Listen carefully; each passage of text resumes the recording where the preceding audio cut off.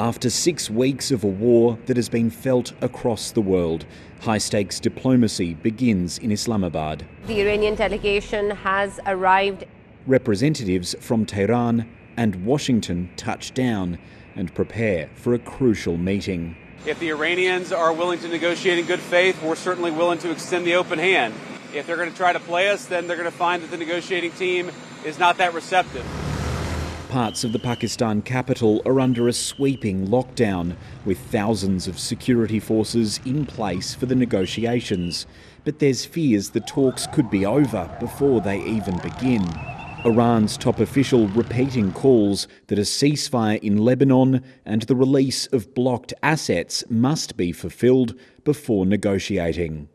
The US president firing back that Iranians don't seem to realise they have no cards, and the only reason they are alive is to negotiate. What would a good deal look like for you? No nuclear weapon, number one. You know, I think it's already been regime change, but we never had that as a criteria. No nuclear weapon. That's 99% of us. Though the ceasefire has halted US and Israeli strikes on Iran, the blockade of the Strait of Hormuz remains a major sticking point, causing the worst disruption to global energy supplies in history. Donald Trump says he's confident the talks will aid in its reopening, although he's acknowledged it could be difficult. It won't be easy. It won't be, I would say this, we will have that open fairly soon.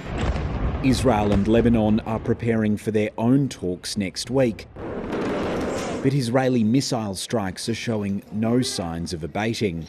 Hezbollah using affiliated TV to urge Lebanese leaders to show caution. We will not accept a return to the previous situation, and we call on officials to stop offering free concessions. For now, the world watches on with bated breath. Tim Swanston, ABC News, United Arab Emirates.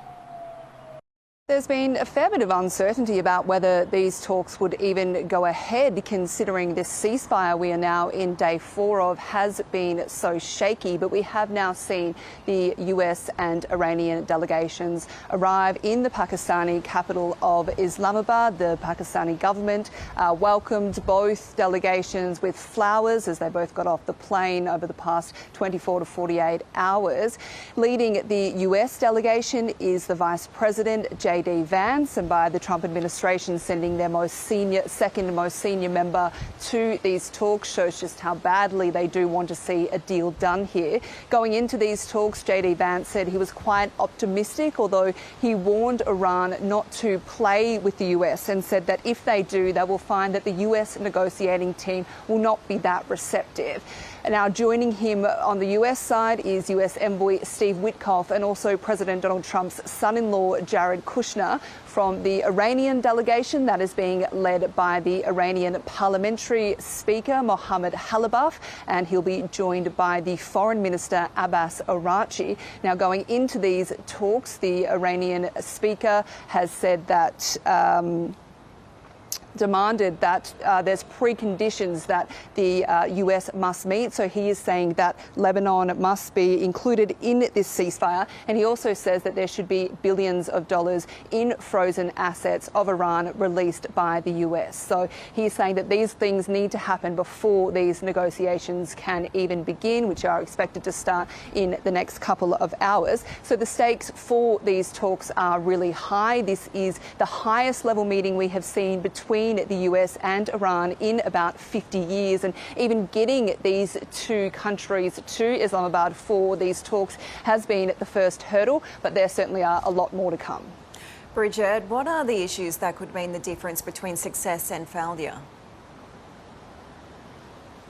Well, as these talks get underway, there really are two major sticking points, and that is Lebanon and the Strait of Hormuz. So Israel has still been continuing its deadly strikes in Lebanon over the past 4 days amid these ongoing disagreements about whether Lebanon is actually included in this 2-week ceasefire. This has been a red line for Iran, who says that these negotiations can't even begin unless the attacks in Lebanon stop. But Iran will be using its biggest bargaining chip in these talks, which is the Strait of Hormuz. It still hasn't reopened that shipping lane, and it's now proposing a multi-million-dollar toll for ships to pass through, which is something that was unthinkable before this war began. But there is a lot riding on these discussions, and it's not just the prospect of regional peace, because whatever happens with the Strait of Hormuz will have a huge impact on the world's economy, and Iran knows it.